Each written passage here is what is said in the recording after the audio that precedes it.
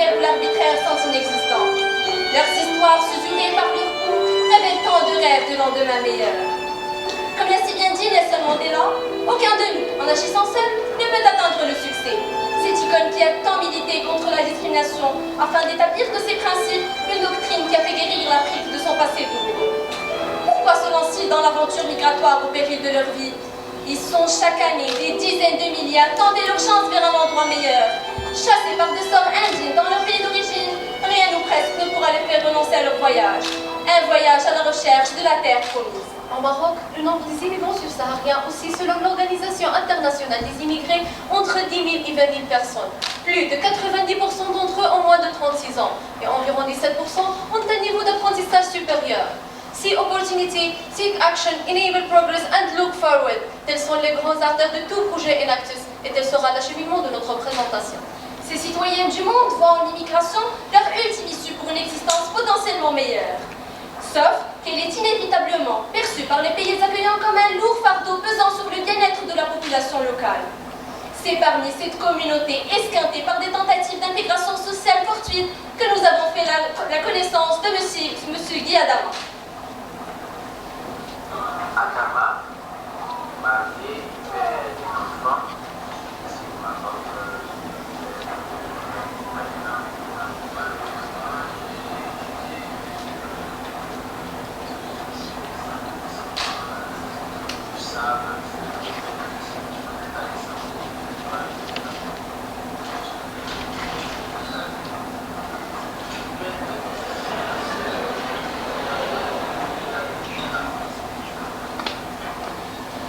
Nous, l'équipe Enactus Sensat, les acteurs de l'intégration, avons cru en lui, avons eu l'ultime conviction que cette personne qui aspire au changement peut en être le principal acteur. Nous avons cerné chez lui des compétences non sans importance, une richesse culturelle depuis longtemps marginalisée, mais surtout un savoir-faire, un savoir-être, une habileté, une adresse linguistique des plus performantes. Et tant qu'il fait partie des 54% de la population des locuteurs du français en Afrique, il fera impérativement chapitre d'opportunités cruciales. Mesdames et messieurs, intéressons-nous pour un moment à l'analyse de l'opportunité qui se présente afin d'exploiter ce monde de connaissances que nous venons de cerner chez nos confrères subsahariens. L'enseignement et l'éducation. Je ne vous cacherai pas, chère présence, qu'en évoquant ces deux termes, un immense désarroi s'installe dans mes pensées. La qualité de l'enseignement marocain est fortement pointée du doigt.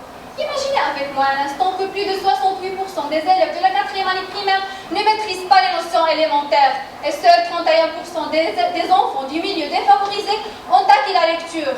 C'est ainsi que sur 164 pays, le Maroc du 3e millénaire n'occupe malheureusement que la 143e place au niveau de l'éducation. L'opportunité de créer un changement palpable, c'est le plus manifesté dans le nord du Maroc. Dans la région de Boukhalev à Tanger, là où la concentration des immigrants est la plus exorbitante, mais aussi là où le niveau d'enseignement, en dépit de l'existence de plus de 3 écoles primaires, est le plus délabré. En outre, comment exhorter les parents des élèves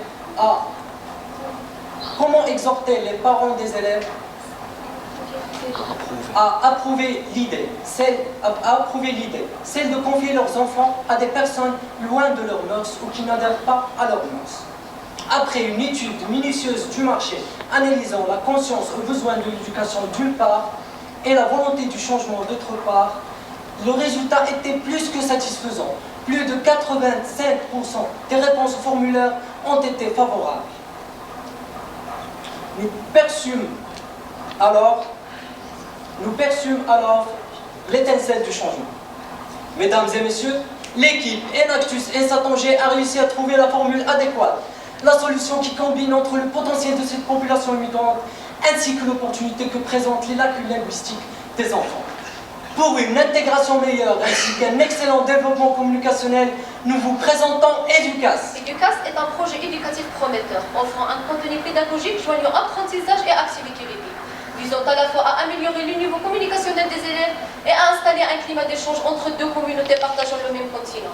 Pour passer à l'action, nous avons fait de l'intégration de la population subsaharienne notre vocation. Notre premier défi était de régler la situation juridique de M. Guy ici au Maroc. Pour ce faire, nous nous avons contacté l'association Visa sans frontières qui milite pour l'insertion socioculturelle de la communauté subsaharienne à Tanger. Celle-ci lui a facilité la procédure de demande de sa carte de séjour. Ainsi, M. Guy est désormais libre de sillonner les rues de Tanger, sans craindre d'être importuné par les forces de l'ordre. Il était si profond de créer ce système d'enseignement que nous proposons en mettant en place une nouvelle approche combinant entre le contexte marocain et les capacités des enseignants subsahariens. Il s'agissait cependant d'évaluer les compétences de M. Guy, de prévoir le meilleur pour nos élèves, ainsi que de prévoir ce dont le contexte marocain aussi a besoin pour cohérer avec notre profil d'enseignant recherché. À cet égard, nous avons commencé par une recherche pédagogique. À titre d'exemple, peu sont les éducateurs qui utilisent la technique du travail en groupe avec leurs élèves, ce qui intensifie le manque de communication et d'épanouissement du sens d'imagination et du courage chez l'enfant. Pour y remédier, non seulement M. Guy a pu bénéficier d'une formation sur les méthodes pédagogiques pour la préparation de ces séquences, mais il a aussi maîtrisé les techniques de base en dialecte marocain, lui servant de s'entendre fréquemment avec ses apprentis. Tell me and I forget. Teach me and I may remember. Involve me and I will learn. À Educas, nous sommes partis de l'idée que l'enfant ne peut réellement apprendre que s'il est vraiment impliqué. À ce propos, nous étions tellement conscients du fait que notre contenu doit se démarquer, vu l'expansion des cours d'histoire proposés depuis tant d'années par les instituteurs marocains. Nous avons aussi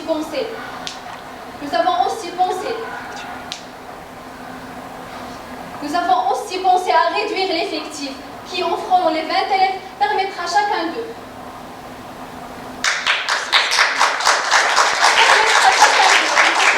de prendre la parole et de s'exprimer librement.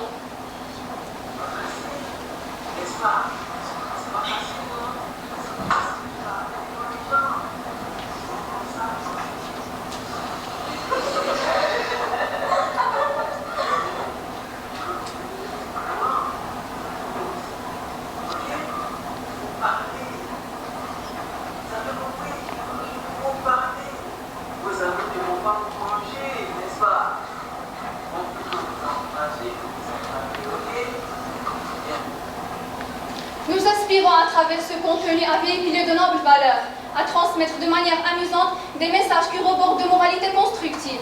De plus, les enseignants viennent de différents pays d'Afrique. L'échange culturel sera définitivement au rendez-vous. Afin de concrétiser un souhait, nous avons dû faire beaucoup de recherches sur les différentes méthodes pédagogiques existantes. Notre équipe s'est basée sur les manuels de l'enseignement primaire avec la participation de notre bénéficiaire qui a essayé de prédéfinir le repère dans lequel son plan d'action se positionnera, tout en suivant une démarche bien structurée.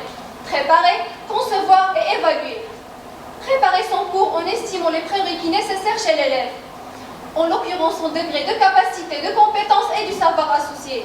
Concevoir la méthode pédagogique et veiller à ce que l'élève puisse identifier, comprendre, appliquer, analyser et synthétiser, ainsi qu'évaluer l'efficacité de cette méthode chaque fois qu'il prépare une nouvelle séquence de cours. Après différentes rencontres avec M. Guy, après plus de 290 heures de travail, après avoir surmonté tous les challenges, notre rêve fut une séance d'inno-rythmie s'est déroulée dans les meilleures conditions. Une superbe ambiance et une entente presque parfaite entre l'enseignant et ses élèves. M. Guy a fait la connaissance de Karim, Neda et de 13 autres enfants assoiffés d'apprentissage. Ces derniers ont chanté, dansé et noué de nouvelles amitiés. La preuve suivie avec moi ce qu'en pense Karim, Akrab et Sohaï. وفهمتك صدق حسن ما فهمتش لا يعجبك هذا الحصه هذا وتعلمت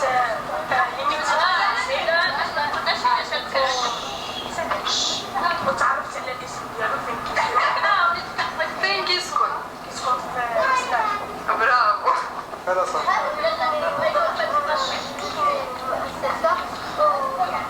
شو هو الأساس؟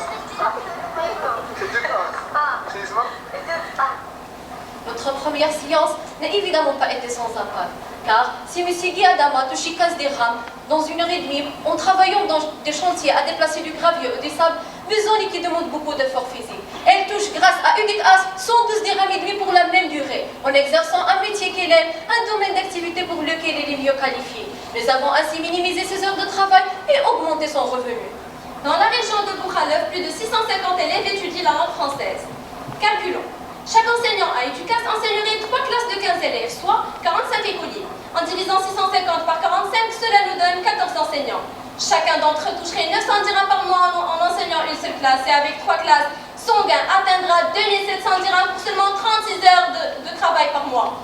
Ce sont ainsi 14 pères, mères et jeunes, fiers de pouvoir faire usage de leurs compétences intellectuelles au profit de la communauté dont ils font désormais partie. Ce sont 14 familles subsahariennes qui pourront vivre dignement parmi nous. Au niveau social, M. Guy a pu parfaitement percevoir ce virage, qui a fait de lui une personne formellement intégrée. Vers la fin de la séance, il nous raconta tellement de récits qu'il se sentit imperceptiblement dégagé. En plein aise, vous m'êtes cher et je crois en vous, ma famille, affirma-t-il. M. Guy aura désormais l'aisance financière de payer son loyer et d'avoir accès à plusieurs services sociaux, notamment l'éducation pour ses enfants. Notre vision du projet ne s'arrête pas là. Nous projetons déjà un scénario concret de son évolution. Il s'agit d'abord de tracer un plan d'investissement cohérent qui explique comment M. Guy pourra être indépendant à la tête de son entreprise. Ensuite, il nous est primordial dans l'étape à venir de présenter notre contenu pédagogique à un partenaire dont la certification est crédible, à savoir l'Institut français. Enfin, et pour renforcer les performances de nos bénéficiaires, nous établirons un programme de formation continue en coaching assuré par la Fédération marocaine des coachs personnels et professionnels, dont le président est un professeur dans notre école. Dans le cadre de nos perspectives, apparaît l'association Visa Sans Frontières, dont le rôle dans les prochaines étapes sera de nous recruter un plus grand nombre de bénéficiaires. Restons toujours dans l'intégration, mais cette fois-ci, celle des chiffonniers. Le chiffonnier est l'un des plus vieux métiers dans le monde et pourtant, son statut social et économique n'a pas évolué. Tout au contraire, il va de pire en pire, manquant que c'est la case départ de la chaîne industrielle. Métier difficile, ceux qui l'exercent sont aussitôt placés au fin fond du lit de la société. Ils se recrutent presque toujours parmi les voleurs émérites et les forçats libérés, alors qu'en dépit des calomnies, ce sont des gens honnêtes. Ils acheminent à pied le long des villes et villages, creusant dans les poubelles, collectionnant tout ce qui se jette et rassemblant ainsi de la matière première plus tard offerte aux recycleurs. Ils passent inaperçus, personne n'en parle et c'est tant mieux pour les richards et tant pis pour eux. Il y a dans cette profession de la saleté, de la pauvreté, mais surtout de la dignité d'un homme libre, soumis à la loi du plus fort. C'est leur histoire de survie. Cette classe sociale marginalisée dispose d'un savoir-faire intéressant en matière de tri, et c'est grâce à l'expérience qu'ils ont acquise. Tenons compte de la taille des décharges marocaines et la mal gestion des déchets en général. L'opportunité de l'intégration de ces chiffonniers pour une meilleure insertion sociale s'avère immense et surtout prometteuse. Avec un taux de 715 tonnes de déchets produits par jour et une demande annuelle énorme de ces matières,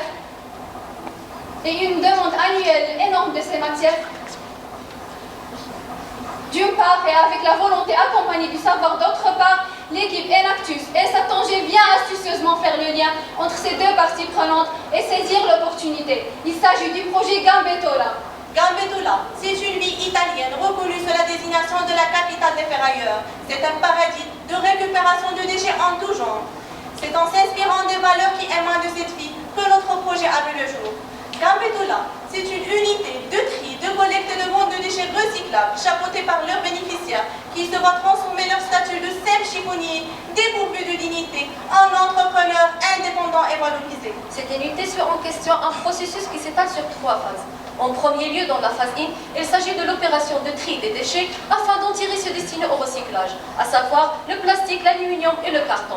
Ce tri s'effectue à la source, c'est-à-dire par les fournisseurs des déchets eux-mêmes, c'est-à-dire les cafés, restaurants et hôtels de Tanger, en utilisant des sachets destinés à cet effet. Et s'ensuit la deuxième phase de collecte, dans laquelle le bénéficiaire, et en collaboration avec les fournisseurs, effectue sa tournée de collecte sur des horaires bien définis. Ainsi arrive la dernière phase de vente des déchets triés et collectés. Les clients sont désormais les recycleurs en personne. Et le bénéficiaire se détache de la chaîne interminable de revendeurs et profite entièrement du gars à lui seul. Gambettola est toujours en phase de démarrage et d'élaboration de son modèle. Ainsi, nous élaborons un plan qui par la suite projette non seulement d'augmenter le nombre des bénéficiaires, mais aussi le nombre des cafés et restaurants collaborateurs. Et puis, de cette manière-là, nous allons élargir notre projet et par la suite, cependant, intégrer plus de bénéficiaires. Depuis qu'Archimède a poussé son grand cri Eureka, avec l'ultime finalité d'aboutir à la réalisation des 3 phases précédentes, depuis que Newton a découvert par la chute du pomme la théorie de l'attraction universelle, depuis que Nelson Mandela a sacrifié sa propre liberté pour procurer celle des autres, depuis que Neil Armstrong a dépassé les cieux pour atteindre la Lune, et depuis bien avant cela, nous les humains avons choisi de parcourir les chemins des bonnes idées et sommes tous toujours en quête perpétuelle d'inspiration brillante et virtueuse. Nous, ces jeunes, nous nous sommes montrés, nous nous sommes manifestés pour faire passer notre voix et nous nous sommes rencontrés là où notre liberté s'est allègrement exprimée. Menés d'innombrables armes du changement et ayant confiance que demain serait meilleur qu'aujourd'hui, je suis Mohamed et je suis engagé. Je suis Amel et je suis moi